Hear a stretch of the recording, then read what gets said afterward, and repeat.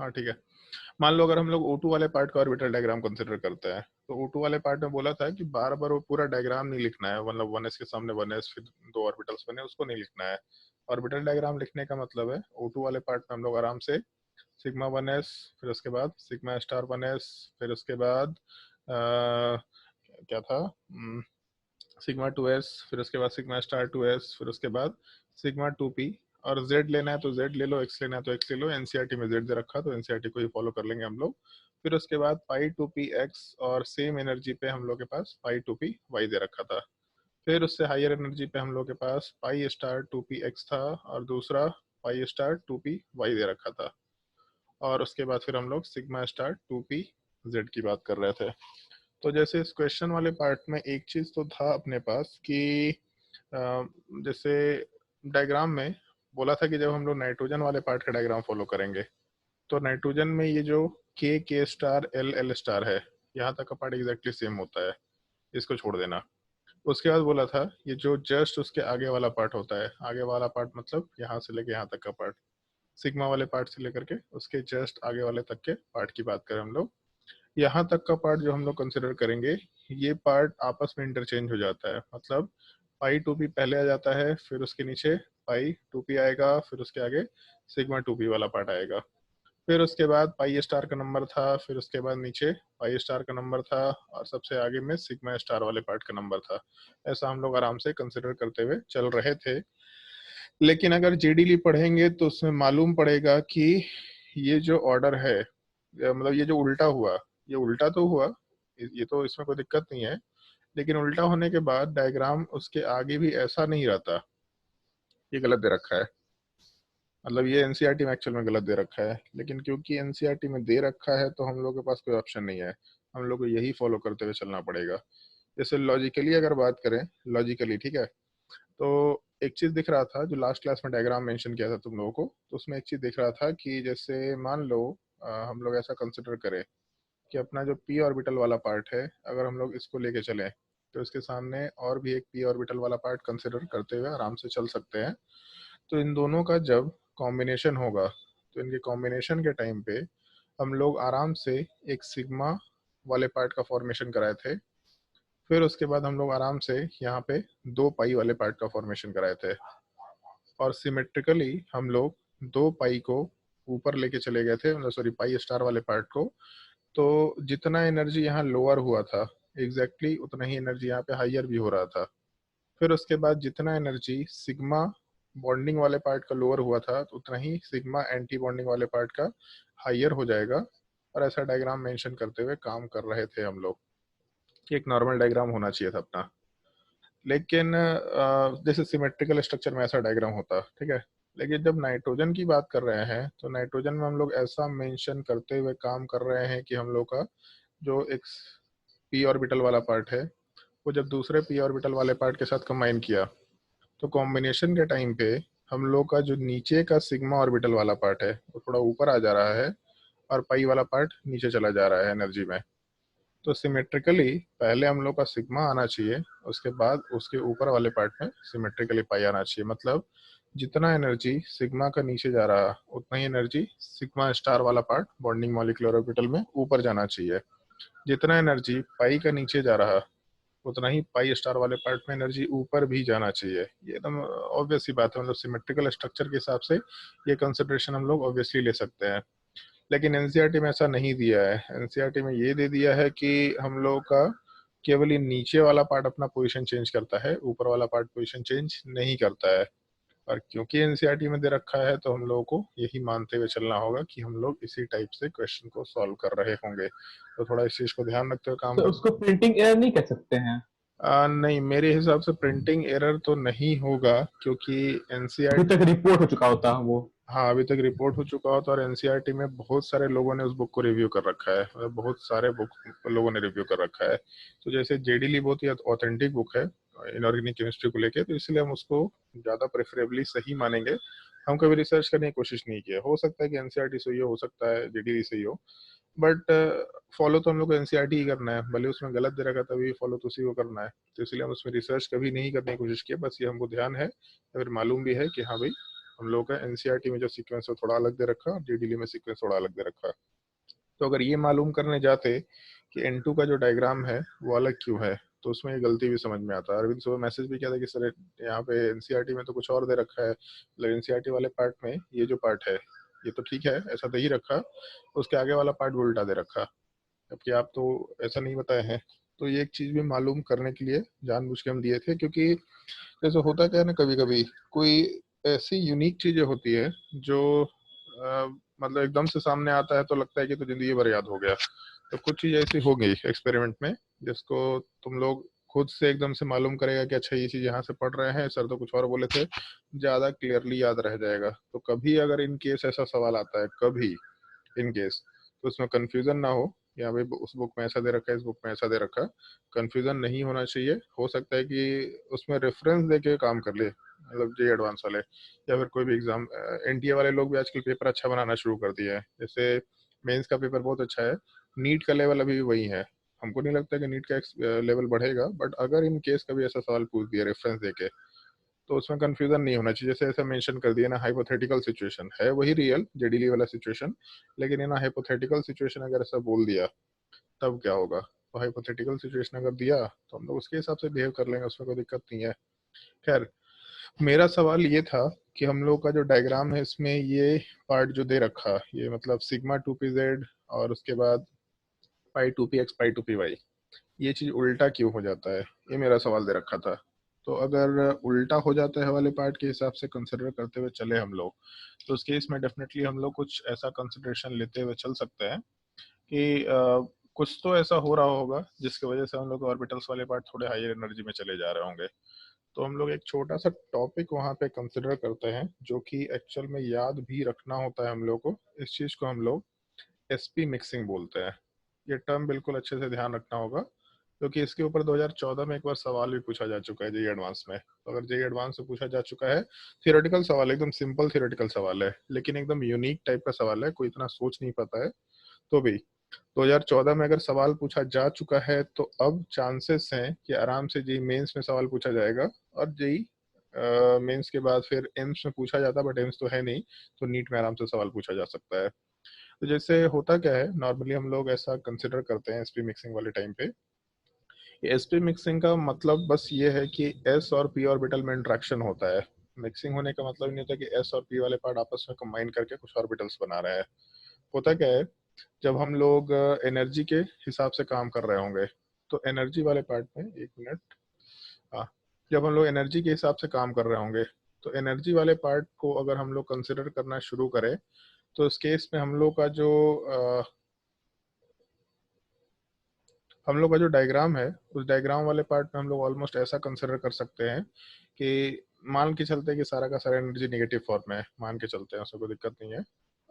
अगर हम लोग डायग्राम वाले पार्ट को कंसिडर करना शुरू करें, तो इस केस में हम लोग एनर्जी वर्सेस एटॉमिक नंबर के डायग्राम को आराम से प्लॉट कर सकते हैं। जैसे उसमें शुरू में बोरोन हो गया, नाइट्रोजन हो गया, या सॉरी बोरोन हो गया, कार्बन हो गया, फिर उसके बाद नाइट्रोजन वाले पार्ट को लेकर के चल सकते हैं, नाइट्रोजन वाले पार्ट के बाद ऑक्सीजन का नंबर, फ्लोरीन का नंबर, इस टाइप का नंबर आ सकता है।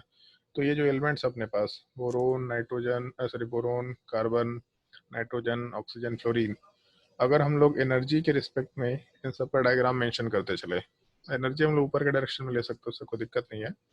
तो इस केस में जब हम लोग का जो एस ऑर्बिटल और पी ऑर्बिटल वाला पार्ट, एक्चुअल में डायग्राम ऊपर ही होना चाहिए शायद, हाँ ठीक है, चलो कोई नहीं, जो हम लोग का एस ऑर्बिटल और पी ऑर्बिटल वाला पार्ट है, तो उस केस में जो हम लोग का डायग्राम होता है एस और पी ऑर्बिटल वाला पार्ट, तो अप्रोक्सीमेटली इस टाइप का कुछ निकल के आता है। मतलब ये एस ऑर्बिटल मान लेते हैं, और पी ऑर्बिटल वाला जो पार्ट है वो नाइट्रोजन तक तो थोड़ा नजदीक रहता है, लेकिन नाइट्रोजन के बाद थोड़ा आगे जाने पे डायग्राम एकदम से टर्न मार करके थोड़ा तेजी से नीचे जाना शुरू होता है। तो इसमें होता क्या है कि नाइट्रोजन तक में जो एनर्जी गैप है वो बहुत ज़्यादा नहीं होता, मतलब इन दोनों पार्ट्स के बीच में, अरे सॉरी, जो ये दोनों पार्ट है, मतलब एस ऑर्बिटल वाला पार्ट और पी ऑर्बिटल वाले पार्ट की एनर्जी, तो जब तक हम लोग नाइट्रोजन कंसिडर करके चलते हैं, तो नाइट्रोजन तक में हम लोग को दिक्कत नहीं है।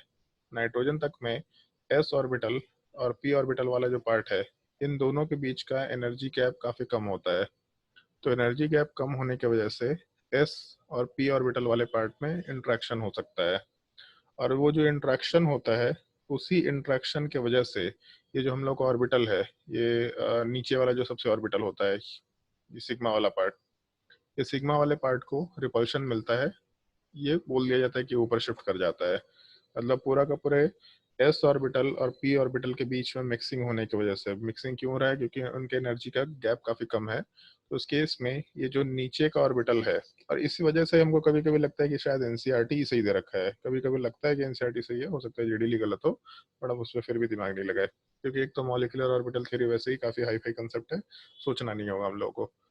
तो इस केस में एसपी मिक्सिंग की वजह से ये जो सबसे लोअर ऑर्बिटल आया अपना सिग्मा वाला पार्ट, ये सिग्मा वाला पार्ट रिपल्शन की वजह से थोड़े हायर एनर्जी में चला जाता है। तो थोड़े हायर एनर्जी में जाने का मतलब इतना ही हायर एनर्जी में जाता है कि नीचे पाई वाला पार्ट आ जाता है और उसके ऊपर सिग्मा वाला पार्ट ऑर्बिटल के फॉर्म में एग्जिस्ट करना शुरू करता है, बट इससे ऊपर नहीं जाता। इनफैक्ट जो ऊपर वाले ऑर्बिटल्स हैं इसमें इसलिए कोई फर्क नहीं पड़ता, ये एक लॉजिकल एस्पेक्ट बोल सकते हैं जो एनसीईआरटी में दे रखा है, इसलिए शायद उस चीज को चेंज नहीं किया गया है। सर एग्जैक्ट नहीं समझ में आया। बता दे रहे फिर से। जैसे मान लो कि अगर हम लोग चलो एक सेकंड ध्यान दो। जैसे मान लो हम लोग ऑर्बिटल्स का फॉर्मेशन कर रहे होते तो पहले 1s था, फिर 2s था, फिर 2p वाला पार्ट आया था, तो 2s के सामने दूसरा 2s है, फिर उसके बाद यहाँ पे हम लोग के पास 2p और 2p ऑर्बिटल है। तो जब इन ऑर्बिटल्स के बीच में मिक्सिंग होगा तो इस केस में p ऑर्बिटल और s ऑर्बिटल के बीच में गैप कम होने की वजह से, एनर्जी गैप कम होने की वजह से जो मॉलिक्यूलर ऑर्बिटल बनता है, मतलब मॉलिक्यूलर ऑर्बिटल वाले पार्ट में पहले सिग्मा बनेगा और उसके बाद जस्ट थोड़े हायर एनर्जी पे पाई वाला पार्ट बनेगा। तो इसके जो सिग्मा वाले पार्ट के ऑर्बिटल्स हैं, इनके इलेक्ट्रॉन्स को रिपल्शन मिलता है। रिपल्शन मिलने की वजह से ऐसा कंसिडर किया जाता है कि ये ऑर्बिटल वाला पार्ट हायर एनर्जी पे चला जाता है। इस चीज को हम लोग एसपी मिक्सिंग भी बोलते हैं या फिर एसपी इंट्रैक्शन भी बोल दिया करते हैं। तो एक्चुअली में ऐसा होता है कि नहीं होता किसी को नहीं मालूम, क्योंकि मॉलिक्यूलर ऑर्बिटल थ्योरी एग्जिस्ट करता है कि नहीं करता ये भी नहीं मालूम। लेकिन जो भी हम लोग के एक्सपेरिमेंटल फैक्ट्स है वो इस चीज को थोड़ा जस्टिफाई करते हैं क्योंकि वही है जो पैरामैग्नेटिक बिहेवियर है, जो डायमैग्नेटिक बिहेवियर है, और बॉन्ड लेंथ, बॉन्ड ऑर्डर, ये सारी जो चीजें हैं, वो सारे के सारे एक्सपेरिमेंटल फैक्ट्स इसी चीज को जज करते हैं, फिर इसी चीज को डिनोट करते हैं कि हम लोग का पाई वाला पार्ट नीचे रहेगा, सिग्मा वाला पार्ट ऊपर चला जाएगा। मतलब जो हम लोग का पाई बॉन्डिंग ऑर्बिटल है, ये पार्ट ऊपर रहेगा एनर्जी में, और हम लोग का जो सिग्मा बॉन्डिंग ऑर्बिटल वाला पार्ट है, ये एनर्जी में नॉर्मली नीचे रहेगा। लेकिन हम लोगों के नाइट्रोजन वाले पार्ट के केस में ये पार्ट, या फिर नाइट्रोजन से लोअर एटॉमिक नंबर तक के पार्ट के केस में, ये जो सिग्मा वाला पार्ट है, ये एस ऑर्बिटल के प्रेजेंट होने की वजह से, काफी नियर अबाउट प्रेजेंट होने की वजह से रिपल्शन फील करके थोड़ा ऊपर शिफ्ट कर जाता है एनर्जी में। तो एस ऑर्बिटल वाला पार्ट ऊपर एनर्जी में आ जाता है, जबकि पी ऑर्बिटल वाला पार्ट थोड़े लोअर एनर्जी में चला जाता है। तो ये हम लोग एक छोटा सा कंसिडरेशन लेके चल रहे होते हैं, जिसको हम लोग एक्चुअल में स्टैंडर्ड लैंग्वेज में एसपी मिक्सिंग बोलते हैं। कंसिडर हम लोग ये करते हैं अप टू नाइट्रोजन, मतलब एटॉमिक नंबर वाले पार्ट में, नाइट्रोजन तक के एटॉमिक नंबर में एस ऑर्बिटल और पी ऑर्बिटल, मतलब 2s ऑर्बिटल और 2p ऑर्बिटल के बीच का एनर्जी गैप कम होता है। तो एनर्जी गैप कम होने की वजह से जो हम लोग का सिग्मा बॉन्डिंग ऑर्बिटल बनता है, वो सिग्मा बॉन्डिंग ऑर्बिटल को रिपल्शन मिलेगा जो एस ऑर्बिटल के इलेक्ट्रॉन्स एग्जिस्ट कर रहे होंगे। तो उस रिपल्शन की वजह से जो sigma 1s, sorry sigma 2s वाला part, sigma 2s sigma star 2s वाला पार्ट है, उसके रिपल्शन की वजह से जो हम लोग का सिग्मा 2p वाला पार्ट है, वो थोड़ा हायर एनर्जी पे मूव कर जाता है। और जैसे ही हायर एनर्जी पे मूव कर गया, हम लोग का डायग्राम ऑक्सीजन के जैसा ना होकर के उस ऑक्सीजन वाले पार्ट से थोड़ा चेंज कर जाता है, जो कि हम लोग यहाँ पे मेंशन करते हैं। यहाँ तक जो भी इंट्रैक्शन होगा, मतलब sigma 1s sigma star 1s, इन सब चीजों में जो भी इंट्रैक्शन होगा, इन सब के इंट्रैक्शन की वजह से जो भी ऑर्बिटल्स एग्जिस्ट करेंगे या फिर जो भी ऑर्बिटल्स बनेंगे, तो क्योंकि एस और पी के बीच में नाइट्रोजन तक के एटॉमिक नंबर तक हम लोग का एनर्जी का गैप कम है, तो ये ऑर्बिटल्स वाले पार्ट इस सिग्मा वाले पार्ट को काफ़ी हाई रिपल्शन देते हैं, और इसको रिपल्शन की वजह से हाइयर एनर्जी पे भेज देते हैं। तो जब ये हाइयर एनर्जी पे चला गया तो उसके इसमें डायग्राम हम लोग का पहले पाई वाले पार्ट के लिए आ जाएगा, फिर उसके बाद हम लोग उस चीज़ को सिग्मा वाले पार्ट के लिए कंसिडर कर लेंगे। इस वजह से भी हमको कभी कभी लगता है कि शायद एनसीईआरटी लॉजिकली सही दे रखा है, जेडीली में हो सकता है कुछ गड़बड़ दे रखा हो, लेकिन हम उसका रेफरेंस देखे थे जेडीली में भी, तो उसमें भी कहीं लॉजिक में कोई हमको गलती नहीं दिखाई दिया। तो इसलिए ध्यान रखना इस चीज को। हम लोग अभी के लिए एनसीईआरटी में डायग्राम यही मान के चलेंगे कि पहले पाई आता है, फिर पाई आता है और उसके जस्ट आगे सिग्मा, फिर पाई स्टार, फिर सिग्मा स्टार वाला पार्ट। जबकि जेडीली में पाई टू पी, फिर सिग्मा टू पी, फिर उसके बाद सिग्मा स्टार टू पी, और फिर उसके बाद पाई स्टार वाला पार्ट मेंशन करते हुए काम करता है। तो इसको हम लोग थियोरेटिकली इस टाइप से मेंशन करते हैं। वैसे ये तुम्हारे नोट्स में दे नहीं रखा था शायद से, पता नहीं मिस हो गया ये क्या होगा, नहीं पता हम लोगों को, पर ठीक है।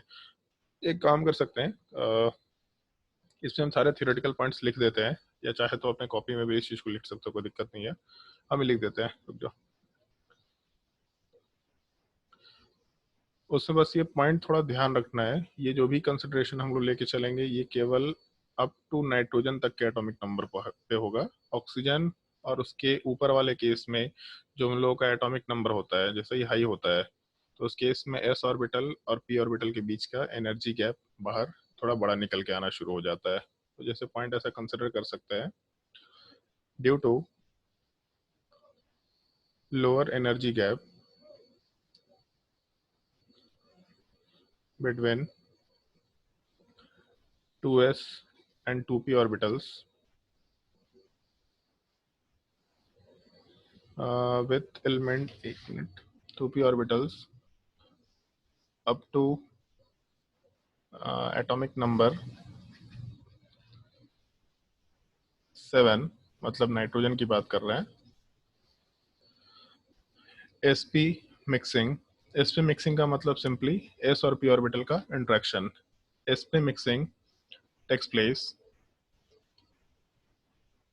and hence due to repulsion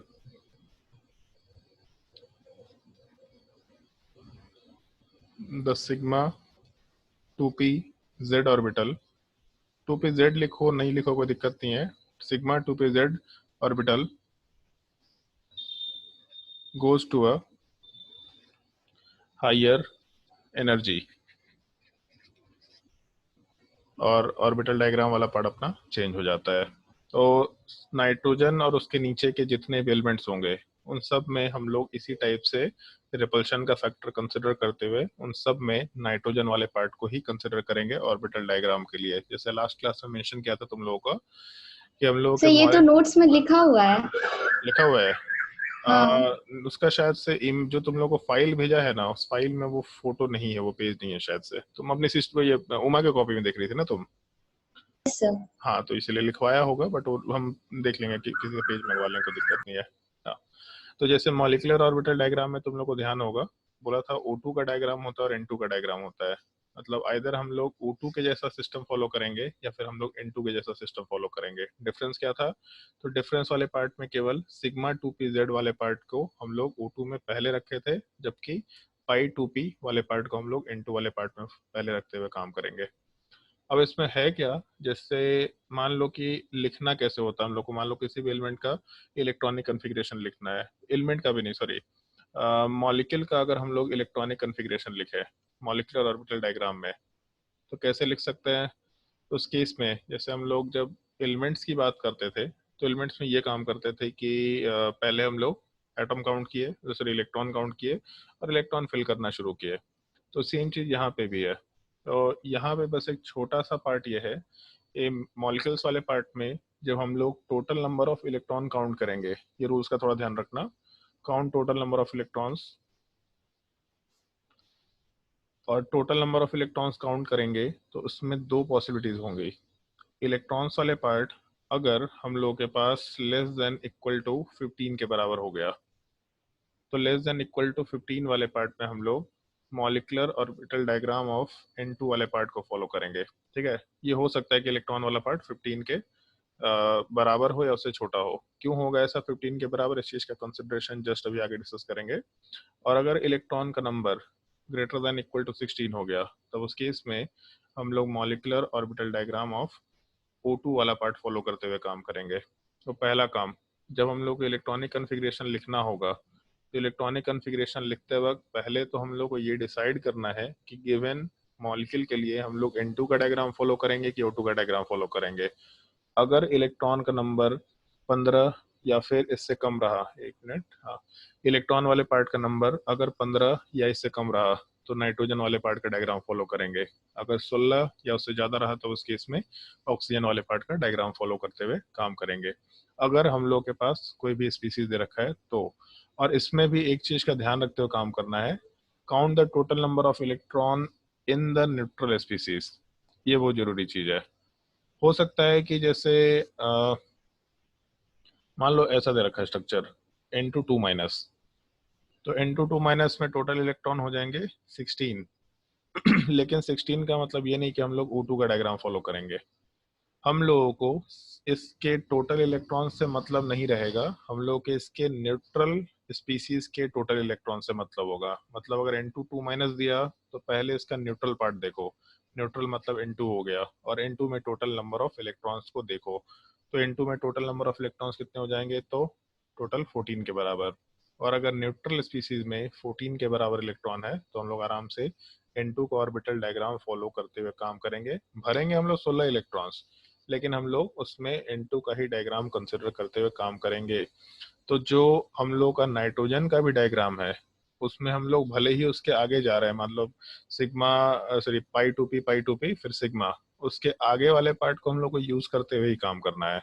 in fact जितने भी क्वेश्चंस फ्रेम किए गए हैं वो सारे के सारे क्वेश्चंस एनसीईआरटी के रेफरेंस में ही फ्रेम किए गए हैं। तो उसमें पहले पाई स्टार भी है तो कोई दिक्कत नहीं है, हम लोग का सारा कंसिडरेशन वहां से ठीक ही ठीक निकल के आएगा। तो ध्यान रखना है पहला काम कि सर अगर हम लेकिन लोग के सर पास, नाइट्रोजन तक सर जो रहता है हाँ एटम्स, हाँ, उसमें तो फिर जरूरत ही नहीं पड़ता है फिल करने का 5 स्टार 2p और सिग्मा स्टार 2p को। अच्छा तो जैसे मान लो N2 2- है तो इसमें क्या करेंगे,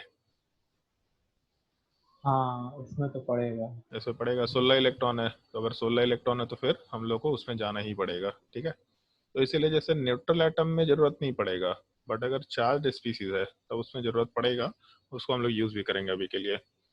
तो डायग्राम लिखते वक्त पहले तो जैसे मॉलिक्यूलर कॉन्फ़िगरेशन लिखते वक्त सबसे पहला काम इलेक्ट्रॉन देखो न्यूट्रल स्पीसीज में कितना है। ठीक है, चार्ज वाले पार्ट से मतलब एकदम नहीं होगा, न्यूट्रल स्पीसीज में total number of electrons count करो, पहला चीज। उसके बाद जब इलेक्ट्रॉन्स वाले पार्ट को काउंट कर लिए तो इसके हिसाब से हम लोग ये डिसाइड करेंगे कि वहाँ पे डायग्राम में N2 लेना है या फिर O2 लेना है। और ये चीज होमोमोलिकुलर स्पीसीज हो या होमोन्यूक्लियर या हेट्रोन्यूक्लियर, जैसे CO हो गया, NO हो गया, किसी भी के लिए अप्लाई कर दो, कोई दिक्कत नहीं है।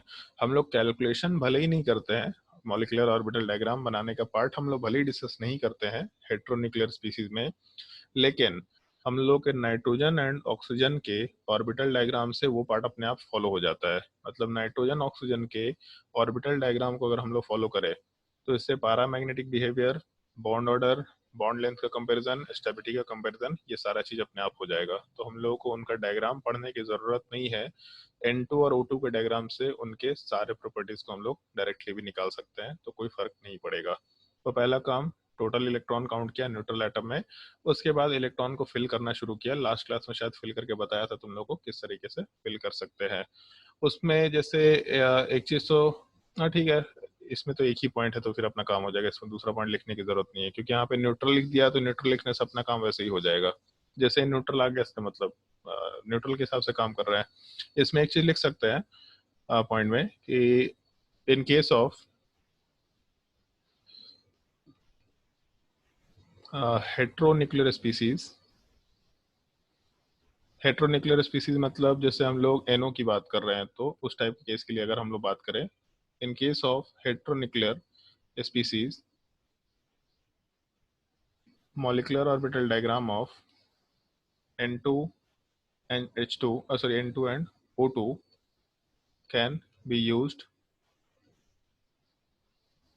to calculate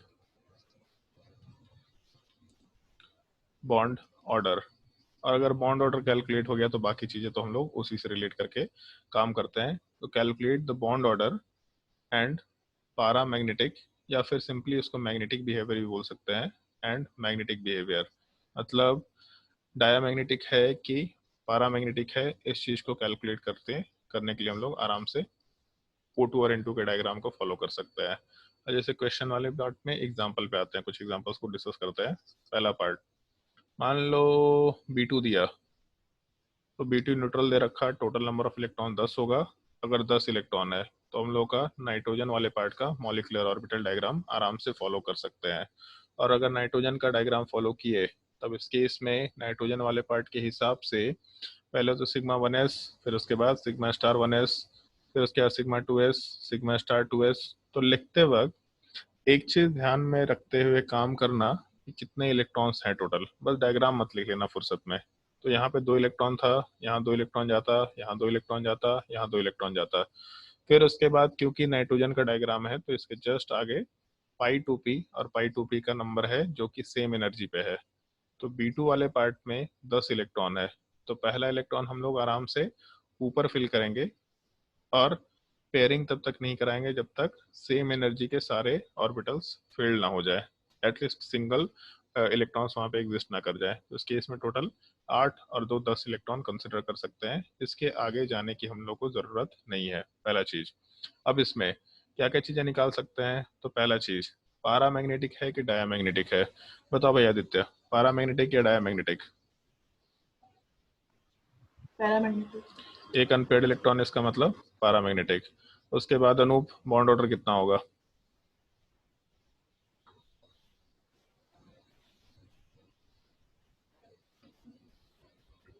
Anoop, bond order?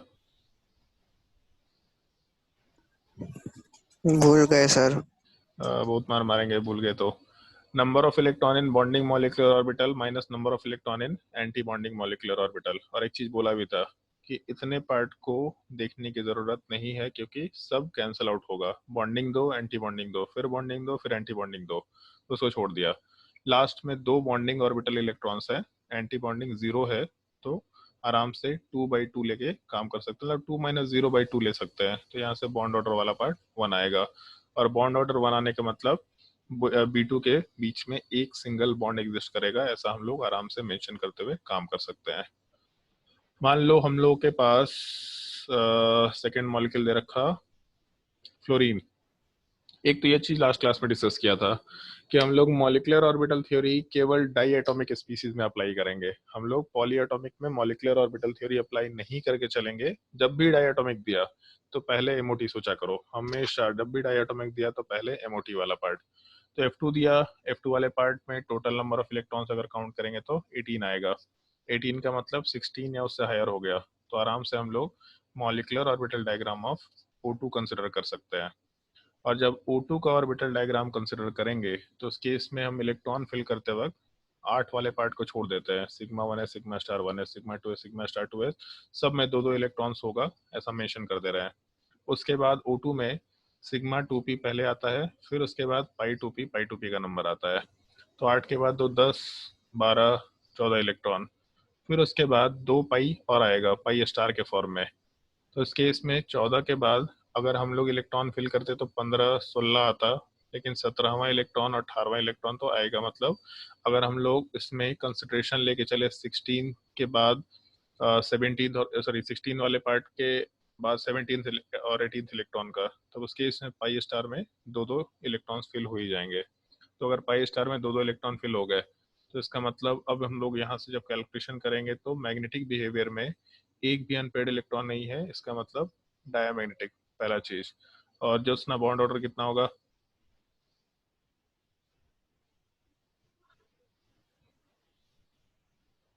One.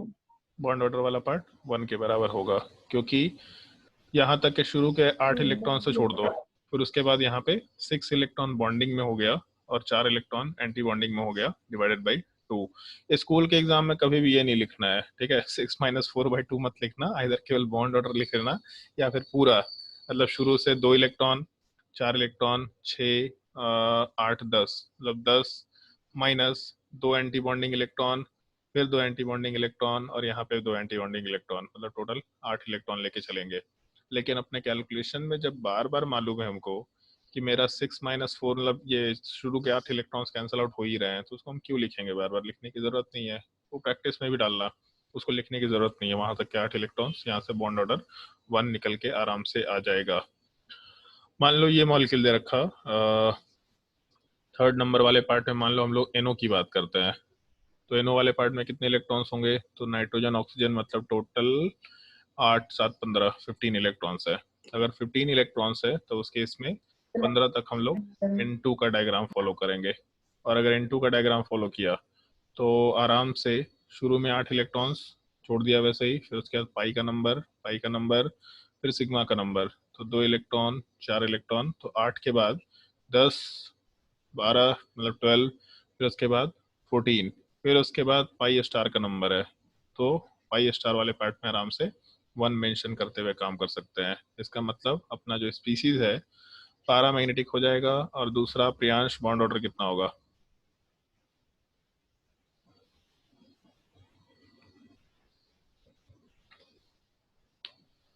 बताओ Priyansh, bond order 2 sir. 2 bond order पक्का? हाँ 2 कैसे सर होगा? 2.5 सर 2.5 हाँ 2.5 बॉन्ड ऑर्डर होगा। तो लास्ट क्लास में बताया था बॉन्ड ऑर्डर पॉइंट में हो सकता है, क्योंकि हम लोग कभी कभी एलिमेंट्स के बीच में पार्शियल बॉन्ड भी आराम से बनाते हुए काम कर सकते हैं। पार्शियल बॉन्ड का थोड़ा सा मतलब भी एक्सप्लेन किया था तुम लोगों को रेजोनेंस वाले पार्ट के रिस्पेक्ट में। रेजोनेंस कराते वक्त क्या क्या चीजें हो सकता है। हाँ 2.5 होना चाहिए, ठीक है। तो जैसे डायग्राम में ये चीज तो लिखना है अपने को, डायग्राम लिखने के बाद फिर हम लोग पैरामेग्नेटिक बिहेवियर, बॉन्ड ऑर्डर सब कैलकुलेट कर सकते हैं। और अगर बॉन्ड ऑर्डर कैलकुलेट कर लिया तो फिर हम लोग आराम से बॉन्ड लेंथ को भी रिलेट कर पाएंगे। वैसे बॉन्ड लेंथ को हम लोग ज्यादा डिटेल में रेजोनेंस के बाद डिस्कस करेंगे, लेकिन अभी के लिए हम लोग इतना बेसिक पार्ट आराम से डिस्कस कर सकते हैं कि हाँ बॉन्ड ऑर्डर हम लोग का अप्रोक्सीमेटली इतना होना चाहिए। एग्जैक्ट बॉन्ड लेंथ हमेशा बॉन्ड ऑर्डर से नहीं चलता है, जनरली चलता है। अगर बॉन्ड ऑर्डर अलग है तो हम लोग उससे बॉन्ड लेंथ कंपेयर कर लेते हैं, बट ऐसा जरूरी नहीं है कि बॉन्ड ऑर्डर कम होगा तो हमेशा बॉन्ड लेंथ ज्यादा ही होगा। एटम का साइज मैटर करता है। जैसे हाइड्रोजन है तो कहीं लग भी जाएगा तो बहुत छोटा एटम है, अगर बहुत छोटा एटम है तो इसका मतलब डेफिनेटली बॉन्ड बहुत ही छोटा बनाएगा। तो उस तरह केस एक रहेगा जो हम लोग अलग से कंसिडर करेंगे। एक ही बार बॉन्ड लेंथ हेडिंग डाल के प्रॉपरली सारा कुछ डिस्कस करना शुरू करेंगे उसमें हम लोग। खैर इसमें और भी कुछ चीजें हैं जो हम लोग को डिस्कस करनी है। जैसे हम लोग एक टर्म यूज करते हैं होमो एंड ल्यूमो, ये टर्म थोड़ा ध्यान रखना है, इससे रिलेटेड अभी कुछ क्वेश्चन सॉल्व करेंगे हम लोग। जैसे जब हम लोग टर्म यूज करते हैं होमो, तो इसका मतलब है हाईएस्ट ऑक्यूपाइड मॉलिक्यूलर ऑर्बिटल। तो ये वर्ड ध्यान रखना, highest occupied molecular orbital, side में लिख भी दे रहे हैं। और मेरे हिसाब से वर्ड काफी है एक्सप्लेन करने के लिए इस चीज को, हाईएस्ट ऑक्यूपाइड मॉलिक्यूलर ऑर्बिटल। तो ऐसा समझ में आ रहा होगा वर्ड से कि जैसे हम लोग जब भी कभी एलिमेंट का मॉलिक्यूलर कॉन्फ़िगरेशन लिखेंगे, तो मॉलिक्यूलर कॉन्फ़िगरेशन लिखते वक्त जो सबसे हाईएस्ट ऑर्बिटल जिसमें लास्टली इलेक्ट्रॉन हम लोग फिल कर रखे हैं, उस चीज को हम लोग होमो या फिर हाईएस्ट ऑक्यूपाइड मॉलिक्यूलर ऑर्बिटल बोल सकते हैं। सिमिलर टाइप का एक और टर्म है जिसको हम लोग ल्यूमो बोलते हैं, लोएस्ट अनऑक्यूपाइड मॉलिक्यूलर ऑर्बिटल। तो हाईएस्ट वाले पार्ट का मतलब वो लास्टली जिसमें इलेक्ट्रॉन है विद एनर्जी के फॉर्म में, मतलब सबसे हाईएस्ट एनर्जी का ऑर्बिटल जो हम लोग का फील्ड है वो हाईएस्ट ऑक्यूपाइड हो गया। तो ल्यूमो वाले पार्ट में हम लोग लोएस्ट अनऑक्यूपाइड वर्ड यूज करते हैं, लोएस्ट अनऑक्यूपाइड मॉलिक्यूलर ऑर्बिटल। तो एनर्जी के फॉर्म में सबसे लोएस्ट पॉसिबल एनर्जी वाला ऑर्बिटल जो कि अनऑक्यूपाइड है, उस चीज को हम लोग ल्यूमो बोलेंगे। ये बहुत ही अच्छा सा सवाल होता है जो हम लोग इस चीज में डिस्कस करते हैं, तो सवाल पे आएंगे अभी हम लोग। अभी के लिए जैसे मान लो ये कंसिडरेशन लेकर के चले हम लोग कि ऊपर वाले जो अपने एग्जांपल्स दे रखे हैं उन एग्जांपल्स में मान लो B2 लेके चलते हैं। तो बोरोन वाले पार्ट में हम लोग के पास होमो और ल्यूमो क्या होगा, अगर ऐसा डिस्कस करें तो हम लोग को डायग्राम थोड़ा एक्सटेंड करना पड़ेगा। इसके आगे हो जाएगा, एक मिनट, हाँ इसके आगे हम लोग अगर डिस्कशन शुरू करें तो इसके आगे वाले पार्ट में हम लोग पाई के बाद सिग्मा वाले पार्ट को लिख सकते हैं, सिग्मा 2p, फिर उसके बाद पाई स्टार 2p, फिर उसके बाद सिग्मा स्टार 2p। तो इस केस में आगे के सारे ऑर्बिटल्स खाली होंगे, इसमें कोई दिक्कत नहीं है। लेकिन जो सबसे लास्ट ऑर्बिटल फील्ड है वो अपना पाई 2p वाला पार्ट है, और सबसे लास्ट ऑर्बिटल जो अनफिल्ड है खाली रह गया वो अपना सिग्मा 2p वाला पार्ट है। तो इस केस में जो सिग्मा 2p वाला पार्ट है ये लोएस्ट एनर्जी का ऑर्बिटल जो अनऑक्यूपाइड रह गया, ल्यूमो बोल देंगे इसको। और पाई 2p वाला पार्ट सबसे हाईएस्ट एनर्जी का ऑर्बिटल जो कि ऑक्यूपाइड रह गया उस चीज को हम लोग होमो बोल सकते हैं। मतलब बोरोन के केस में pi two P highest occupied molecular orbital हो गया, जबकि सिग्मा टू पी वाला part lowest occupied unoccupied molecular orbital हो गया। अगर फ्लोरीन की बात करें हम लोग, तो फ्लोरीन वाले पार्ट में भी डायग्राम को थोड़ा एक्सटेंड करना पड़ेगा, तो इसके आगे हम लोग का सिग्मा स्टार टू पी होता है जिसमें एक भी इलेक्ट्रॉन नहीं है। तो सबसे लास्ट ऑर्बिटल या सबसे हाईएस्ट एनर्जी का ऑर्बिटल जो कि ऑक्यूपाइड है वो पाई स्टार टू पी वाला पार्ट है। इसका मतलब पाई स्टार टू पी वाला पार्ट अपना हाईएस्ट ऑक्यूपाइड मॉलिक्यूलर ऑर्बिटल हो जाएगा, जबकि हम लोग का उसके आगे जो सिग्मा स्टार वाला पार्ट है इस चीज को हम लोग आराम से लोएस्ट अनऑक्यूपाइड मॉलिक्यूलर ऑर्बिटल बोल सकते हैं। इनफैक्ट इसी से रिलेटेड एक सवाल होता है फ्लोरीन वाले पार्ट से रिलेटेड। जैसे एटॉमिक स्ट्रक्चर में एक छोटा सा पॉइंट बताया था इन जनरल, जब भी कभी मॉलिक्यूल पैरामैग्नेटिक नेचर का होता है तो इन जनरल कलर्ड होता है। मतलब डायमैग्नेटिक स्पीसीज कलर्ड नहीं होते, जबकि पैरामैग्नेटिक स्पीसीज कलर्ड नेचर के होते हैं इन जनरल। ऐसा नहीं कि हमेशा ट्रू होगा, बट इन जनरल होते हैं। इसमें सवाल ये बोला जाता है कि जो O2 मॉलिक्यूल है, लास्ट क्लास में O2 का डायग्राम मेंशन भी किया था, फिर से मेंशन कर देते हैं यहाँ पे। सवाल कुछ इस तरह से मेंशन किया जाता है कि अगर O2 मॉलिक्यूल है तो O2 मॉलिक्यूल वाले पार्ट में टोटल 16 इलेक्ट्रॉन, 16 इलेक्ट्रॉन का मतलब हो गया शुरू में 8 इलेक्ट्रॉन भर दिया, फिर उसके बाद सिग्मा 2p में 2 इलेक्ट्रॉन 10, फिर उसके बाद पाई 2p 12, फिर उसके बाद पाई 2p 14, और उसके बाद 16वां इलेक्ट्रॉन जब फिल करना है तो हम लोग पाई स्टार वाले पार्ट में आराम से एक एक इलेक्ट्रॉन फिल करके काम कर सकते हैं। तो इस केस में तो अगर हम लोग, दूसरा पाई टू पी में आप 4 भर दिए। अरे यार इतना प्रिंटिंग मिस्टेक चलता है भाई। चलो ठीक है, इतने में अच्छा ही लगता है। चलो कोई बात नहीं। हाँ, तो इस केस में बोले तो दो थे ना, कि बोले भी 4 तो थे? बोले 2 थे, तो लेकिन आप बोले मिला के 4 हो गए, इसलिए आपको कॉपी 4 लिखी है। अच्छा, हो सकता है। तो हम समझाने पे ध्यान दें कि हम लिखने पे ध्यान दें, बता। चलो ध्यान दो। तो इस केस में जैसे हम लोग के पाई स्टार वाले पार्ट में एक इलेक्ट्रॉन हो गया, और उसके बाद सिग्मा स्टार वाले पार्ट में तो एक भी इलेक्ट्रॉन नहीं है। इसका मतलब सिग्मा स्टार वाला पार्ट अपना ल्यूमो हो जाएगा, और पाई स्टार 2p वाला पार्ट अपना हाईएस्ट ऑक्यूपाइड मॉलिक्यूलर ऑर्बिटल बन जाएगा। इसमें एक छोटा सा कंसेप्ट ये है कि O2 वाला पार्ट जो है वो कलरलेस नेचर का होता है, जबकि F2 वाला पार्ट कलर्ड होता है। इसका कलर्ड हम लोग डिस्कस करेंगे जब इनऑर्गेनिक केमिस्ट्री प्योरली पढ़ाना शुरू करेंगे तो कलर डिस्कस करेंगे, बट अभी के लिए सॉरी, जो हम लोग का F2 वाला पार्ट है वो कलर्ड नेचर का होता है। तो O2 वाला पार्ट पैरामैग्नेटिक है, जो कि इन जनरल बोलते हैं हम लोग कि पैरामैग्नेटिक स्पीसीज वाले पार्ट कलर्ड होते हैं, जबकि F2 वाला पार्ट डायामैग्नेटिक है, और ऐसा बोलते हैं कि F2 वाले पार्ट या फिर in general diamagnetic species colourless होता है। लेकिन यहाँ उल्टा है, F2 वाला पार्ट डायामैग्नेटिक होने के बाद भी कलर्ड है, जबकि O2 वाला पार्ट पैरामैग्नेटिक होने के बाद भी कलरलेस फॉर्म में एग्जिस्ट कर रहा है। ऐसा क्यों? तो उसको हम लोग इसी कंसेप्ट से एक्सप्लेन कर पाते हैं, जैसे होमो और लिमो वाला कंसेप्ट है, ये इस चीज को अच्छे से एक्सप्लेन कर देता है कि जब हम लोग ऑक्सीजन को लेके चलते हैं तो उस केस में ये जो होमो और लिमो है, इन दोनों के बीच का जो भी एनर्जी गैप आएगा, ये एनर्जी गैप वाले पार्ट को जब हम लोग कैलकुलेट करते हैं एटॉमिक स्ट्रक्चर वाले पार्ट में, E=hc/λ, तो यहाँ से जो भी वेवलेंथ निकल के आता है, ये वेवलेंथ वाला पार्ट विजिबल रेंज में चला जाता है। विजिबल रेंज का नाम शायद से तुम लोग को ध्यान होगा, बाल्मर सीरीज वाला पार्ट। तो जो हम लोगों का O2 और O2 के केस में जो हम लोग को होमो और ल्यूमो है, इसके बीच का energy gap ultraviolet region में चला जाता है। तो अगर अल्ट्रा वायलेट रीजन में गया तो हम लोगों को ट्रांजिशन होगा। ट्रांजिशन होने का मतलब इलेक्ट्रॉन्स वाले पार्ट यहाँ से उठ करके इसमें जा सकते हैं, इसमें कोई दिक्कत नहीं है, इलेक्ट्रॉन्स हमेशा उठ के ऊपर जा सकते हैं।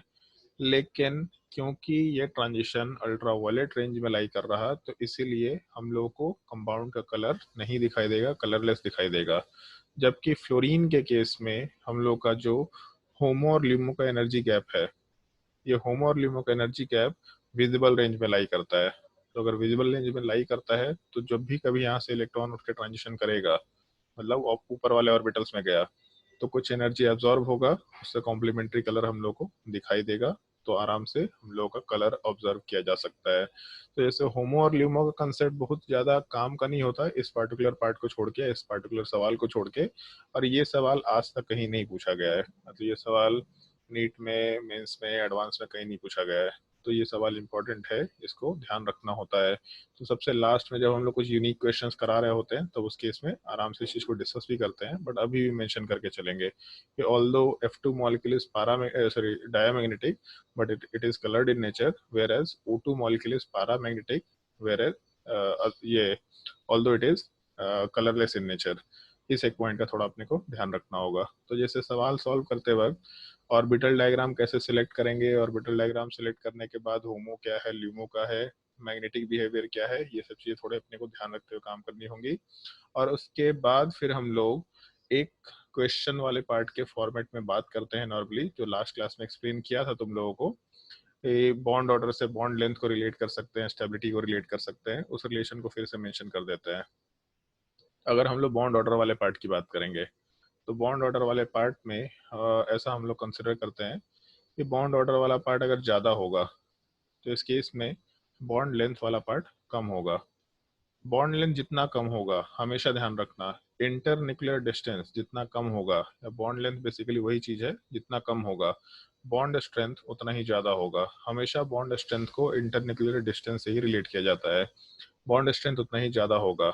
और अगर बॉन्ड स्ट्रेंथ ज़्यादा होगा तो इसका मतलब हम लोग आराम से स्टेबिलिटी वाला पार्ट भी ज़्यादा कंसिडर करते हुए काम कर सकते हैं। तो ये चारों चीज़ें रिलेटेड है आपस में, bond order, bond length, bond strength and stability. और इसी में एक पॉइंट लिखाया था लास्ट क्लास में, if bond order is same, अगर दो गिवन मॉलिक्यूल्स का बॉन्ड ऑर्डर सेम है तो उस केस में मॉलिक्यूल जिसमें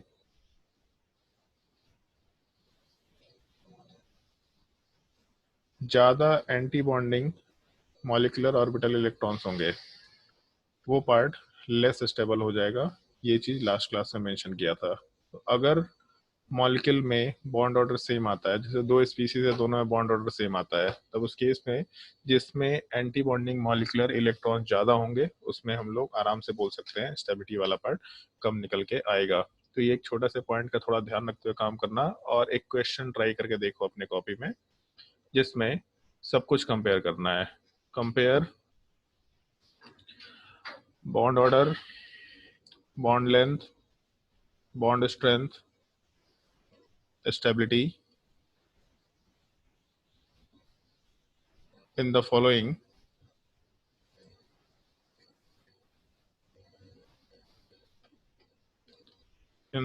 cases. Also discuss their magnetic behavior.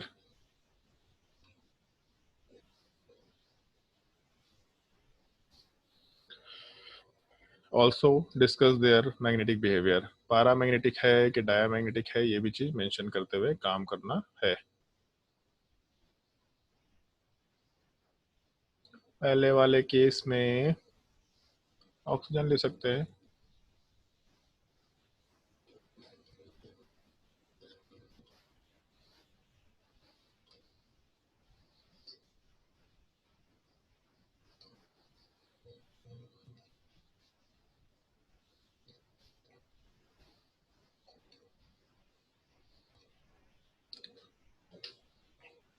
Try करके देखो।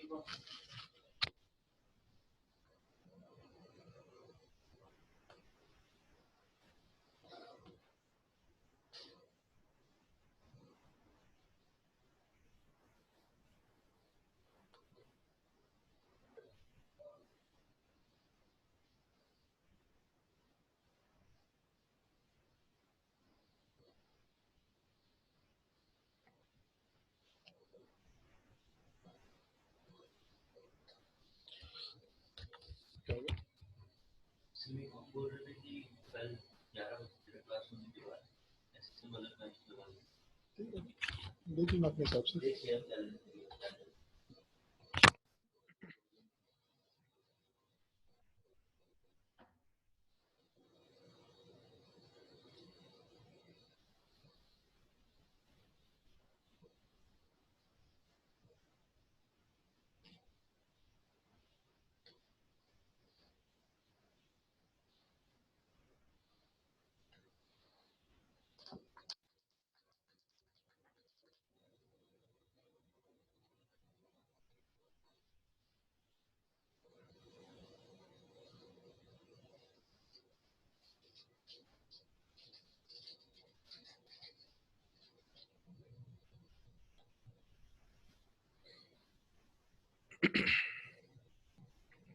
आदित्य, O2 का बॉन्ड ऑर्डर।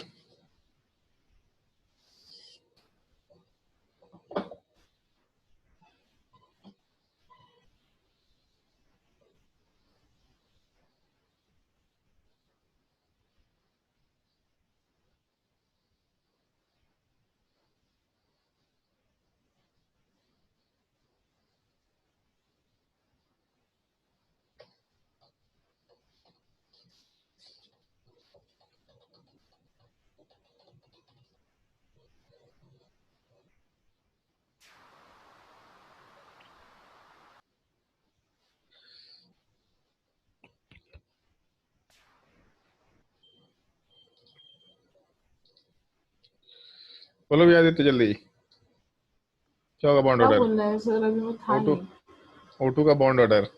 अच्छा सर निकाल। अबे तो बैठा हुआ है आराम से, खाना खा रहा है। सर अभी तो नहीं खा रहा। मीम डाल रहा है व्हाट्सएप पे। नहीं सर चेक कर लीजिए, वो भी नहीं कर रहा था। जल्दी सॉल्व कर।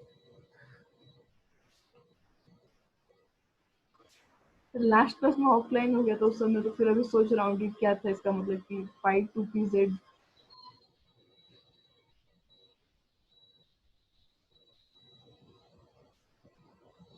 प्रियांश बताओ भाई, O2 का कितना आएगा बॉन्ड ऑर्डर? 2। उसके बाद ज्योत्सना, O2 प्लस 2.5। 2.5। ओके ठीक है। अच्छा उल्टा लिख दिया, चलो ठीक है। उसके बाद अद्वय, O2 माइनस।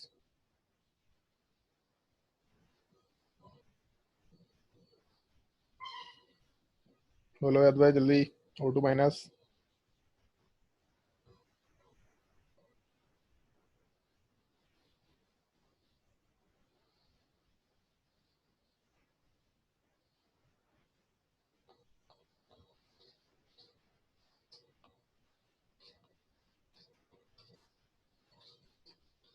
इसको भी आवाज नहीं जा रहा। Arvind, O2 minus 1.5। 1.5। Anoop, O2 2 plus sir 3। 3। और O2 2 माइनस वाला पार्ट अगर कंसिडर करें तो 1 होना चाहिए बॉन्ड ऑर्डर। हाँ ठीक है 1। तो इसके हिसाब से फिर हम लोग आराम से कंसिडर कर सकते हैं बॉन्ड ऑर्डर वाले पार्ट में। एक काम करते हैं, हम उसको उसी ओरिएंटेशन में डाल देते हैं। सबसे पहले हम लोगों का O2 2 प्लस आएगा, फिर उसके बाद बॉन्ड ऑर्डर वाले पार्ट में O2 प्लस आएगा, फिर उसके बाद O2, फिर उसके बाद O2 माइनस, और सबसे लास्ट में O2 2 माइनस। क्योंकि बॉन्ड ऑर्डर से सारी चीज़ें रिलेटेड है, तो बॉन्ड ऑर्डर वाले पार्ट में ये अपना अगर ऑर्डर है तो आराम से हम लोग बॉन्ड लेंथ कंपेयर कर सकते हैं। बॉन्ड लेंथ का ऑर्डर जस्ट उल्टा होगा। बॉन्ड ऑर्डर जितना ज़्यादा होगा बॉन्ड लेंथ उतना ही कम होगा। फिर जब हम लोग बॉन्ड स्ट्रेंथ की बात करेंगे तो बॉन्ड स्ट्रेंथ में बॉन्ड ऑर्डर वाला ही पार्ट रहेगा। बॉन्ड ऑर्डर जितना ज़्यादा होगा बॉन्ड स्ट्रेंथ उतना ही ज़्यादा होगा। और अगर स्टेबिलिटी की बात करें तो स्टेबिलिटी वाले पार्ट में भी बॉन्ड ऑर्डर जितना ज़्यादा होगा उतना बॉन्ड स्ट्रेंथ होगा, उतना ज़्यादा स्टेबिलिटी रहेगा। और अगर हम लोग मैग्नेटिक बिहेवियर वाले पार्ट की बात करें तो मैग्नेटिक बिहेवियर वाले पार्ट को अलग से हम ऊपर ही मेंशन कर देते हैं। O2 वाले पार्ट में 16 इलेक्ट्रॉन्स था, लेकिन बहुत बार डिस्कस कर चुके हैं हम लोग, इसी के वजह से हम लोग ये टॉपिक भी डिस्कस करते हैं। पैरामैग्नेटिक O2 प्लस में 15 इलेक्ट्रॉन है, कभी भी डायमैग्नेटिक नहीं हो सकता। O2 माइनस में टोटल 17 इलेक्ट्रॉन्स, कभी भी एक अनपेड इलेक्ट्रॉन आएगा ही, कभी भी डायमैग्नेटिक नहीं हो सकता। O2 2 प्लस वाले पार्ट में टोटल 14 इलेक्ट्रॉन्स है, और अगर ढंग से डायग्राम कंसिडर करें तो पाई स्टार 2p के दोनों इलेक्ट्रॉन्स हट जाएंगे, मतलब एक एक जो इलेक्ट्रॉन्स था वो दोनों इलेक्ट्रॉन्स उसमें से हट जाएंगे, इसका मतलब डायमैग्नेटिक स्पीशीज निकल के आएगा। और लास्ट वाले केस में O2 2 माइनस में 18 इलेक्ट्रॉन है, अपने पाई स्टार 2p में 2 इलेक्ट्रॉन फिल हो जाएंगे, इसका मतलब ये भी पार्ट आराम से डायमैग्नेटिक निकल के आ जाएगा। तो paramagnetic paramagnetic paramagnetic diamagnetic diamagnetic, ये अपना ऑर्डर होना चाहिए। अगर कोई डिफिकल्टी है तो पूछ सकता है, और दूसरा क्वेश्चन ट्राई करो तब तक।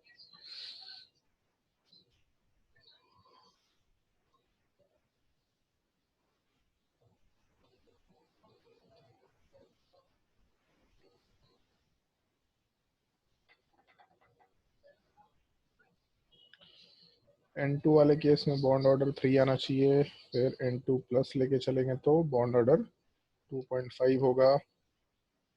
N2 2 प्लस लेके चलेंगे तो बॉन्ड ऑर्डर वाला पार्ट 2 निकल के आएगा।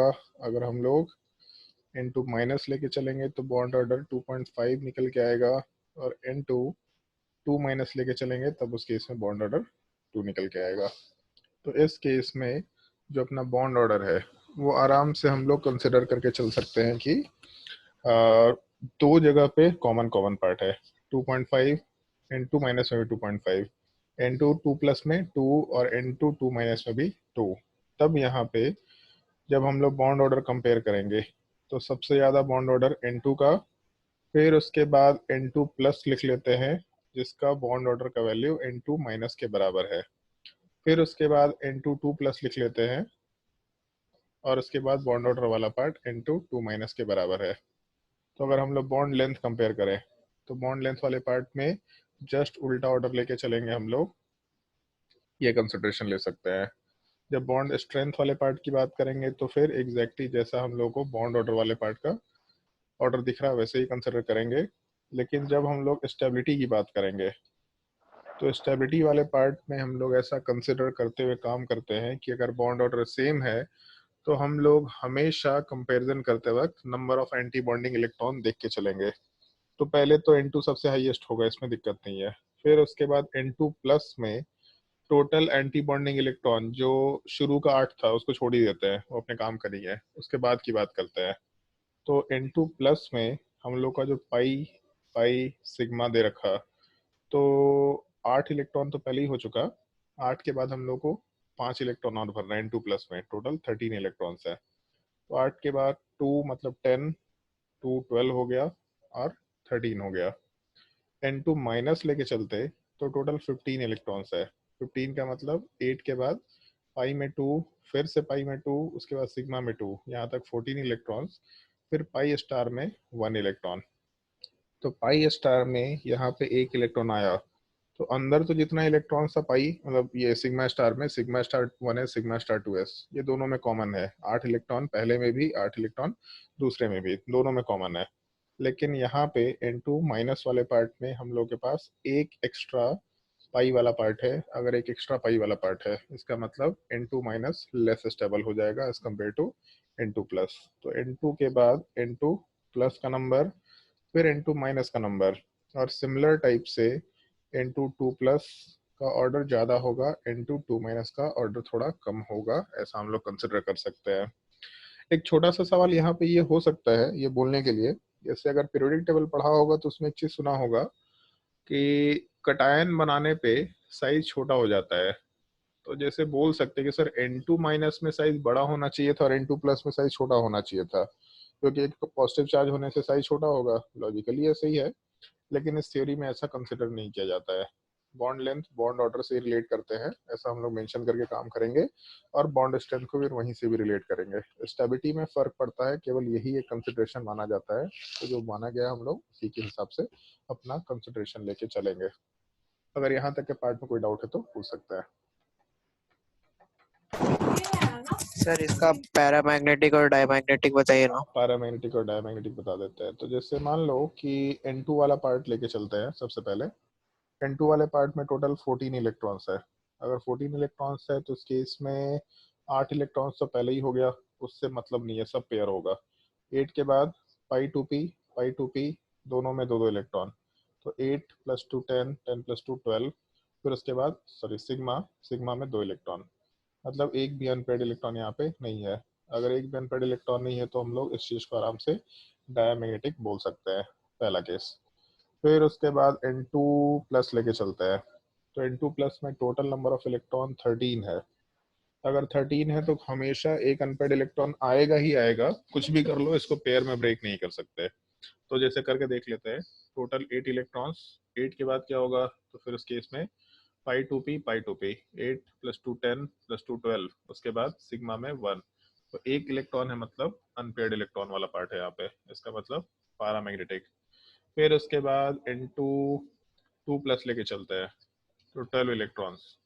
तो ऐसा जरूरी नहीं कि इवन में हमेशा अनपेयर्ड इलेक्ट्रॉन नहीं रहेगा, रह सकता है जैसे ऑक्सीजन में रहता था। तो 12 इलेक्ट्रॉन है यहाँ से, 8 इलेक्ट्रॉन्स, फिर उसके बाद पाई में 2, पाई में 2, इसका मतलब 8 प्लस 2 10, 10 प्लस 2 12। तो इसके आगे जाने की भी जरूरत नहीं है। और दोनों में पेयर्ड इलेक्ट्रॉन है, क्योंकि दोनों ऑर्बिटल्स में 2-2 इलेक्ट्रॉन है, मतलब दोनों में पेयरिंग है। इसका मतलब आराम से हम लोग यहाँ पे डायमैग्नेटिक स्पीसीज बोल सकते हैं। N2 माइनस लेके चलेंगे तो 15 इलेक्ट्रॉन, 15 का मतलब हो गया 8 प्लस पाई टू पी, फिर पाई टू पी, फिर उसके बाद सिग्मा, फिर उसके बाद pi star two p, pi star two p. तो 8 10 12 14 प्लस 1 15। अनपेयर्ड इलेक्ट्रॉन तो होना चाहिए था पहले भी, आराम से एक अनपेयर्ड इलेक्ट्रॉन यहाँ पे अपने को दिख रहा है। फिर उसके बाद N2 2 माइनस, टोटल मिला करके 16 इलेक्ट्रॉन। तो अगर 16 हुआ तो पैरामैग्नेटिक रहेगा, डायमैग्नेटिक नहीं होगा। 8 इलेक्ट्रॉन तो यहाँ हो गया। पाई में 2, फिर पाई में 2 मतलब 8 प्लस 2 10 प्लस 2 12, फिर उसके बाद सिग्मा में 2 मतलब 14। 14 के बाद पाई स्टार में टोटल हम लोगों के पास यहाँ पे एक इलेक्ट्रॉन, नीचे वाले पार्ट के पाई स्टार में भी एक इलेक्ट्रॉन। तो एक एक अनपेड इलेक्ट्रॉन दोनों में एग्जिस्ट कर रहा है। इसका मतलब आराम से हम लोग यहाँ पे पैरामैग्नेटिक स्पीसीज बोलते हुए काम कर सकते हैं। और पैरामैग्नेटिक में शायद तुमको एक चीज ध्यान नहीं होगा, इसलिए दिक्कत हो रहा है, एटॉमिक स्ट्रक्चर शायद तो नहीं पढ़ा होगा अभी। हम लोग एक टर्म यूज करते हैं, मैग्नेटिक मोमेंट। जितने अनपेयर्ड इलेक्ट्रॉन होते हैं उसके हिसाब से हम लोग ये वैल्यू कैलकुलेट कर सकते हैं। मैग्नेटिक मोमेंट, इस चीज को म्यू से डिनोट करते हैं। और जब म्यू से डिनोट करते हैं तो mu is equal to root under n into n plus 2 bm, जिसमें bm वाले पार्ट को एक यूनिट माना जाता है, मतलब उस मैग्नेटिक मोमेंट को रिप्रेजेंट करने के लिए। इस चीज को हम लोग बोर मैग्नेटॉन भी बोलते हैं। तो n वाले पार्ट का मतलब हो गया नंबर ऑफ अनपेयर्ड इलेक्ट्रॉन। जितने अनपेयर्ड इलेक्ट्रॉन होंगे उसके हिसाब से हम लोग आराम से मैग्नेटिक मोमेंट का वैल्यू आराम से निकाल सकते हैं। जितने अनपेयर्ड इलेक्ट्रॉन है उसके हिसाब से वैल्यू आराम से कैलकुलेट कर सकते हैं। जैसे अगर मान लो n इक्वल टू 1 है, तो इसका मतलब mu is equal to root under 1 into 1 plus 2 3, total root under 3 होगा। कितना होता है अनूप रूट अंडर 3 का वैल्यू?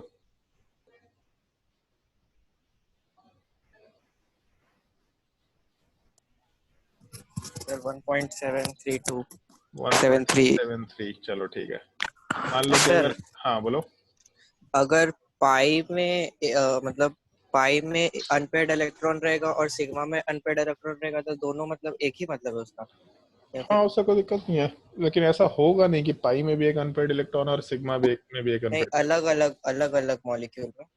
हाँ हाँ, उससे कोई दिक्कत नहीं है। मतलब लॉजिकली थोड़ा एब्सर्ड चीज है कि सिग्मा में इलेक्ट्रॉन ज्यादा स्टेबल होते हैं, पाई में अनस्टेबल होते हैं। लेकिन अदरवाइज हम लोग अभी के लिए बॉन्ड ऑर्डर कैलकुलेशन में उसका एक ही मतलब लेंगे। बट एक चीज अगर ध्यान से देखो तो वही चीज हम लोग कंसिडर कर रहे थे कि N2 प्लस में और N2 माइनस में, जहाँ पे जो केस दे रखा है N2 प्लस वाला पार्ट और N2 माइनस, तो इसमें हम लोगों का जो अनपेयर्ड इलेक्ट्रॉन है वो सिग्मा में है पहले वाले केस में, जबकि दूसरे वाले केस में अनपेयर्ड इलेक्ट्रॉन हम लोग के पाई में है। तो पाई में होने से और इनफैक्ट पाई स्टार में होने की वजह से मॉलिक्यूल थोड़ा अनस्टेबल नेचर का निकल के आ रखा है। बाकी अदरवाइज अगर हम लोग ऐसा कंसिडर करें कि बॉन्डिंग ऑर्बिटल में पाई में इलेक्ट्रॉन है और सिग्मा में इलेक्ट्रॉन है, तो हम लोग अभी के लिए मान के चलते हैं कि अभी उससे कोई फर्क नहीं पड़ रहा हम लोग को। ठीक है, इसमें एक चीज वैसे ध्यान रखना मैग्नेटिक मोमेंट में, ये तुम लोग पहले इन लोगों को बता रखा है। जैसे अगर कभी कभी सवाल ऐसा होता है कि मान लो म्यू का वैल्यू 2.83 है, तो यहाँ से नंबर ऑफ अनपेयर्ड इलेक्ट्रॉन निकालो, इस तरह का भी एक सवाल होता है। हाँ, ये बताओ प्रियांश कितना आंसर होगा? क्या? कैलकुलेट करते 1 सेकंड। अबे नालायक, कैलकुलेट करने के लिए बोला है क्या तुम लोगों को? अरविंद बताओ कितना होगा? 2। 2। तरीका बता रखा है तुम लोगों को, डेसिमल से पहले जो भी वैल्यू होगा वही अनपेड इलेक्ट्रॉन है। 1.73 डेसिमल से पहले 1 है, अनपेड इलेक्ट्रॉन सीधा 1। अगर 2.83 है तो सीधा यहाँ से अनपेड इलेक्ट्रॉन 2 ही निकल के आएगा। 3.87 होता है शायद से, या ऐसा कुछ वैल्यू होता है, अनपेड इलेक्ट्रॉन 3 निकल के आएगा। अगर 4 लेके चलते हैं तो 4.93 होता है, अनपेड इलेक्ट्रॉन 4 निकल के आएगा। तो डेसिमल से पहले जितना वैल्यू होगा वही अपने अनपेड इलेक्ट्रॉन होते हैं। तो उल्टे पार्ट में कभी भी कैलकुलेशन करते हुए देख ले, उल्टा क्या सीधा भी कैलकुलेशन मत करना। √3 इज इक्वल टू 1.732 क्यों कैलकुलेट करेंगे? ऑप्शन देखना, अगर अनपेड इलेक्ट्रॉन 1 है तो 1 पॉइंट समथिंग होगा, 2 है तो 2 पॉइंट समथिंग होगा, 3 है तो 3 पॉइंट समथिंग होगा। यहाँ से कैलकुलेशन आराम से कर सकते हैं। और किसी पार्ट में अगर कोई डाउट है तो पूछ सकते हैं। सर लूमो और होमो का क्या काम है? लूमो और होमो का कोई काम नहीं है। जैसे मान लो एसपीडीएफ है, तो जिस ऑर्बिटल में हम लोग इलेक्ट्रॉन में एफ ऑर्बिटल बना नहीं पाते हैं तो भी बोलते हैं एफ ऑर्बिटल है। तो काम कुछ नहीं है, काम इसी फॉर्म में था। जैसे भी एक सवाल किया था ना ऊपर कि ऑक्सीजन वाला पार्ट जो है वो कलरलेस होता है जबकि F2 वाला पार्ट कलर्ड होता है, तो ऐसा क्यों होता है? तो हमेशा जो सबसे आउटर मोस्ट शेल में इलेक्ट्रॉन होते हैं, भले वो एटॉमिक शेल हो या फिर मॉलिक्यूलर शेल हो, जो सबसे बाहर के इलेक्ट्रॉन होते हैं वही इलेक्ट्रॉन उठ करके ऊपर जाएंगे। उसको ऐसा समझ लो, इवापोरेशन हो रहा है मान लो, इवापोरेशन में सरफेस के ही पार्ट को एनर्जी मिलता है केवल, तो सरफेस के पार्ट मूव कर जाते हैं बाहर, एस्केप कर जाते हैं। तो सिमिलर टाइप से जो सबसे बाहर के इलेक्ट्रॉन्स होंगे जो कि होमो में एग्जिस्ट करेगा, वो इलेक्ट्रॉन्स यहाँ से उठ करके बाहर जाना चाहेगा। बाहर कहाँ जाएगा? तो जो सबसे नियरेस्ट ऑर्बिटल होगा इसके वहीं पे जाना चाहेगा नॉर्मली। तो इसलिए होमो और लिमो वर्ड यूज कर लिया जाता है, क्योंकि अपने जो कलर का पार्ट है वो इसी ट्रांजिशन के बेसिस पे एक्सप्लेन कर पा रहे हैं हम लोग, तो इसीलिए उस चीज को हम लोग कंसिडर करते हैं। और कोई डाउट किसी को? सर लास्ट क्लास में आपने बोला था कि CH4 का कितना सारा प्लेन ऑफ सिमेट्री होगा। ये भी सवाल दिए थे भाई, CH4 का कितना प्लेन ऑफ सिमेट्री होगा, ये तो भूल ही गए डिस्कस करना। 6 सर 6। CH4 वाले पार्ट में टोटल प्लेन ऑफ सिमेट्री वाला पार्ट 6 के बराबर है। अरे ये आदित्य तुम तो बनाया नहीं होगा। सर बनाया हूँ सर। पक्का बनाया है? सर बता दूं कैसे होगा बता। 6 अगर चारों एटम को आप 1 2 3 4 लेबल कीजिएगा चारों हाइड्रोजन तो आप एटम ऐसे को लिख हम सकते हैं H1C H2 2 ऐसे, 3। हाँ अच्छा। ऐसे लेबल अच्छा हाँ, तो आप ले सकते हैं सर। ऐसे प्लेनर की तरफ मतलब कि प्लेन डालेंगे तो हाँ। H1C H2 H1C H3 H1C H4 उसके कहाँ बाद से H2C छापा H3। कहाँ से छापा है इसको? तुक्का मार रहा हूँ लेकिन 6 सुना जिसके बाद बोला सही होगा। अच्छा पक्का तुक्का मार रहा है? गलत है क्या? अब क्रॉस बनाया है, गलत है क्या? नहीं हम पूछ रहे हैं, ऐसे ही गलत नहीं है। क्रॉस नहीं बनाया। अच्छा सॉरी, क्रॉस बनाया क्या? नहीं 6 होगा भाई, 6 प्लेन 6 प्लेन ऑफ सिमेट्री होगा। हाँ, अगर प्लेन ऑफ सिमेट्री निकालेंगे तो H1 फिर कार्बन फिर H2 यहाँ से लेके यहाँ तक एक प्लेन कंसिडर कर सकते हैं। सिमिलर टाइप से H1 कार्बन H3 ये दूसरा प्लेन हो जाएगा, फिर H1 कार्बन H4 ये तीसरा प्लेन हो जाएगा। अगर इसको ढंग से समझना है तो आज घर पे एक छोटा सा काम करना, अपने हाथ में 4 पेन ले लेना या पेंसिल ले लेना और सर हम वही किए थे।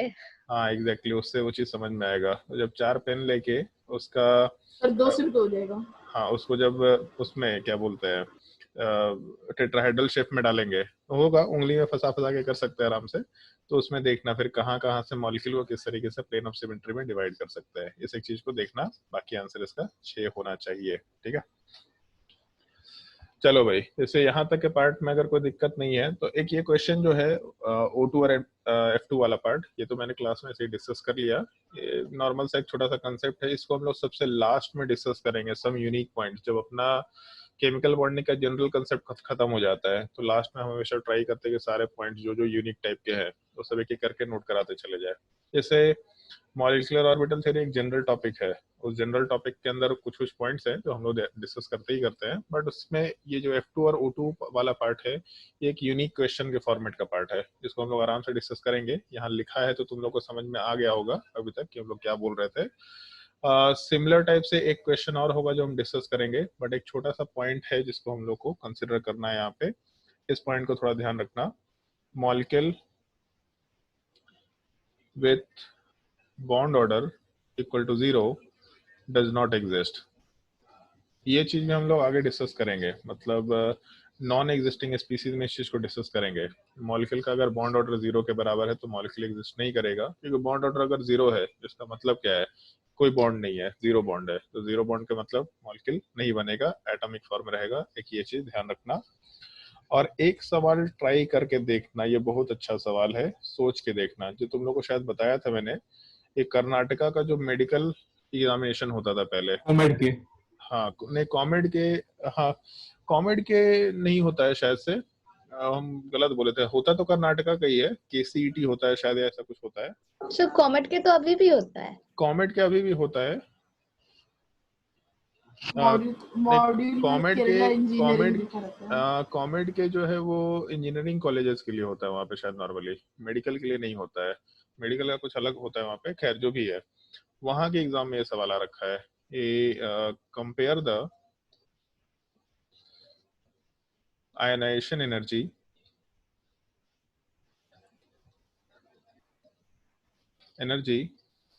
ऑफ पहला पार्ट O2 एंड ऑक्सीजन, दूसरा part N2 and nitrogen.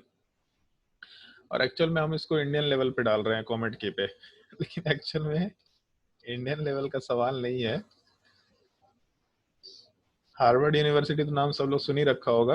Harvard university में वहाँ का जो पेपर होता है, कुछ इंटरनल पेपर होते हैं साइंस से रिलेटेड, उनके पेपर का सवाल है ये, O2 and oxygen, N2 and nitrogen वाला पार्ट। तो वहाँ के क्वेश्चन से आया हुआ पार्ट ये, O2 एंड ऑक्सीजन में आयनाइजेशन एनर्जी को कंपेयर करो, N2 एंड नाइट्रोजन वाले पार्ट में आयनाइजेशन एनर्जी को कंपेयर करके देखो। बहुत ही शानदार सवाल है, सोच के देखना, गूगल मत करना, ठीक है। सोच के देखना, जितना हो सकता है सोच के देखना, जितना हो सकता है सोच के देखना। और दोनों का आंसर एक दूसरे से उल्टा है, किसका क्या है ये हम नहीं बता रहे, बस एक चीज हिंट दे रहे हैं केवल, कि जो ऑर्डर ऑक्सीजन में आएगा, मतलब पहले केस में आएगा, दूसरे में जस्ट उल्टा ऑर्डर आएगा। क्यों ऐसा आएगा, ऑर्डर क्या होगा, ये एक चीज एक बार सोच के देखना थोड़ा ढंग से। नेक्स्ट क्लास में इस चीज को डिस्कस करेंगे, बहुत ही मजेदार सवाल है, और ये अभी तक पूछा नहीं है कभी भी जेईई मेंस एडवांस में या फिर नीट में, आराम से पूछा जा सकता है। नीट में तो नहीं पूछना चाहिए मेरे हिसाब से, लेकिन क्योंकि वही मेडिकल कॉलेज की एग्जामिनेशन के लिए आ चुका है तो इसलिए पूछने के चांसेस है उसमें भी। बट काफी शानदार सवाल है, सोच के देखना। और इसके बाद फिर तुम लोग, सर ओ का ज्यादा होगा क्या? हम सोच के देखने बोल रहे तो अभी जवाब दे रहा है, बताइए ना सर। सोच लो ना भाई, क्या तकलीफ क्या है सोचने में। आज अरविंद को हम एक फोटो भेजे थे, हम ऐसे बोलते हैं सोच के बताना, तो तुम लोग को ही भेज ही देंगे, तो सोच लो आराम से, फुर्सत दे रहे हैं तुम लोग को सोचने का। तो ये कुछ ठीक है सर, एक बार खुद से सोच के देखेंगे। हाँ, एक बार खुद से सोच करके देखना। तो जैसे ये सब जो क्वेश्चन यहाँ पे करा रखे हैं, तो इन सब चीजों का थोड़ा ध्यान रखना। कंसेप्ट वाला पार्ट इतना ही है। अब इसके बाद छोटे छोटे थोड़े कंसेप्ट चलेंगे, हाइड्रोजन बॉन्डिंग क्या होता है, या फिर ये बैक बॉन्डिंग क्या होता है, ब्रिज बॉन्डिंग क्या होता है, फिर आयनिक बॉन्ड का फॉर्मेशन कैसे होता है, उसमें लैटिस एनर्जी क्या होता है, फाजांस रूल क्या होता है। ये छोटे छोटे टॉपिक्स है जो एक एक दिन के टॉपिक्स होंगे, थियोरेटिकल टाइप के टॉपिक्स हैं, लेकिन इनका एप्लीकेशन हर जगह है। जैसे हाइड्रोजन बॉन्डिंग का एप्लीकेशन हर जगह है, डाइपोल मोमेंट का एप्लीकेशन हर जगह है, फाजांस रूल का एप्लीकेशन हर जगह है, बैक बॉन्डिंग का एप्लीकेशन हर जगह है। तो है छोटे छोटे टॉपिक्स, लेकिन एप्लीकेशंस वाइज ऑर्गेनिक केमिस्ट्री में बहुत ही फ्रिक्वेंटली यूज में आएगा, इनऑर्गेनिक केमिस्ट्री में बहुत ही फ्रिक्वेंटली यूज में आएगा। तो हम लोग एक करके इस चीज को डिस्कस करते चले जाएंगे। तो ये जो नोट्स है ये तुम लोगों को हम भेज देंगे आज अभी, और बुकलेट में होमवर्क देना ना तुम लोगों को। एक सेकंड लाइन पर रहो थोड़ा। अब तो हम सीधा स्क्रीन से ही देख सकते हैं यहाँ पे जो भी बुकलेट है।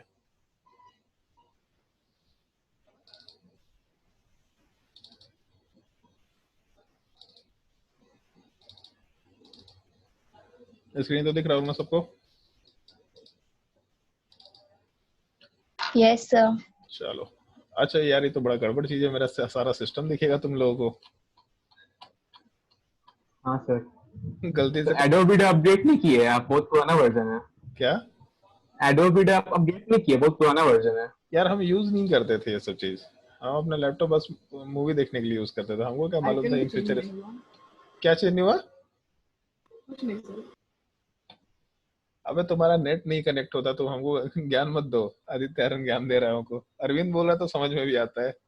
क्या बोला मैं तो बोला Adobe के बारे में। मेरे अच्छा, laptop तो भी में यही भी है, बोला गया। मोबाइल में भी है ओके, Adobe तो आप जो टिक मारे थे वो वाला आईपैड वाला में, वो सब नहीं है इसमें। नहीं वो सब इसमें नहीं होगा, ठीक है, उसमें हम हाईलाइट कर देंगे, कोई दिक्कत नहीं है। वैसे इसमें हाईलाइट भी कुछ नहीं करना है, मॉलिक्यूलर ऑर्बिटल थ्योरी से पहले सब कुछ दे दिया था। क्वेश्चन नंबर 74 एक क्वेश्चन छोड़ दिए थे सर आप। एक क्वेश्चन छोड़े थे। सब बोल रहे थे कि वो पूछी तो अभी तक पढ़ाया नहीं है, उसको ट्राई नहीं करना है। ओके, कौन सा क्वेश्चन था भाई? जो बड़ा सा था, नाइट्रोजन और हाइड्रोकार्बन का कोई मॉलिक्यूल था। अच्छा हाँ, वो नहीं नहीं, ये क्वेश्चन होगा शायद से, एक सेकंड, हाइब्रिडाइजेशन निकालने वाला एक सवाल था ना। हाँ सर, बीत गया सर, बीत गया, नीचे होगा शायद।